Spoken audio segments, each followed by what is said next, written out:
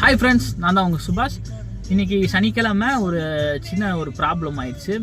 என்னென்னா, மாதாவரத்தில் பிக்கப் பண்ணி ஏர்போர்ட்டில் ட்ராப் பண்ணோம். நான் ரேபிட்டோவில் எனக்கு விழுந்துச்சு. ரொம்ப நேரமாக வெயிட் பண்ணிக்கிருந்தேன். ரேபிட்டோவில் விழுந்துச்சு. எனக்கு 1200 காமிச்சிச்சு. சரின்னு சொல்லிட்டு லொக்கேஷனுக்கு போயிட்டேன். எனக்கு முன்னாடி இன்னொரு வண்டி இன்னொரு டிரைவர் நிற்கிறாங்க. அவங்களும் இதே லொக்கேஷன் தான் புக் பண்ணியிருக்காங்க. அவங்களும் மாதாவரம் டு ஏர்போர்ட் தான். அவங்க ஊபரில் 1350 சம்திங் எவ்வளோ காமிச்சிச்சு. நான் கஸ்டமர்கிட்ட கேட்குறோம், 2 வண்டி எதுக்கு மேடம் புக் பண்ணிங்க அப்படின்னு. ஒரு மேடம் தான் வந்தாங்க.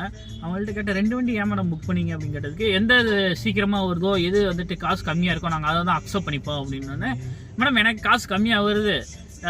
அவங்க கொஞ்சம் ரூடாக பேசினாங்க.